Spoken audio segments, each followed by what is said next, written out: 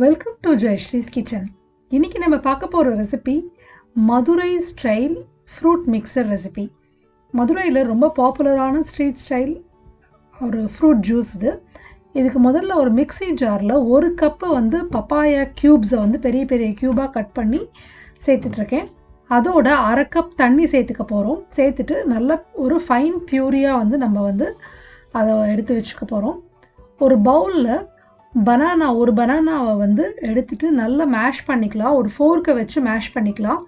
இதை மிக்சியில் போட்டு அரைக்க வேண்டாம். நல்லா மேஷ் ஆகிற வரையிலும் இதை மேஷ் பண்ணிக்கலாம். நீங்கள் எந்த வெரைட்டி ஆஃப் பனானா வேணால் யூஸ் பண்ணலாம், ஆனால் பச்சை வாழைப்பழம் யூஸ் பண்ண வேண்டாம். இப்போது இந்த அரைச்சி வச்சு பப்பாயா ப்யூரியை இதில் நம்ம சேர்த்துக்கிறோம்.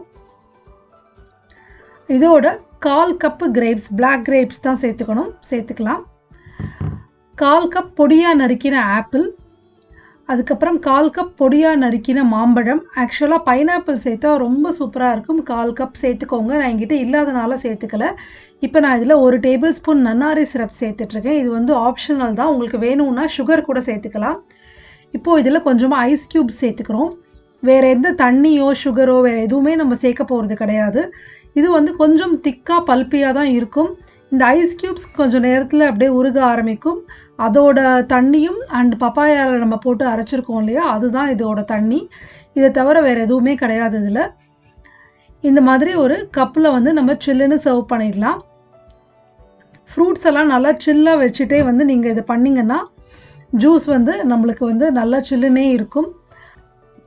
இதை பண்ணி வச்சுட்டு ஒரு 4 ஹவர்ஸ் வரலும் நீங்கள் ஃப்ரிட்ஜில் ஸ்டோர் பண்ணி வச்சுக்கலாம். அதுக்கு மேலே வச்சா நல்லா இருக்காது.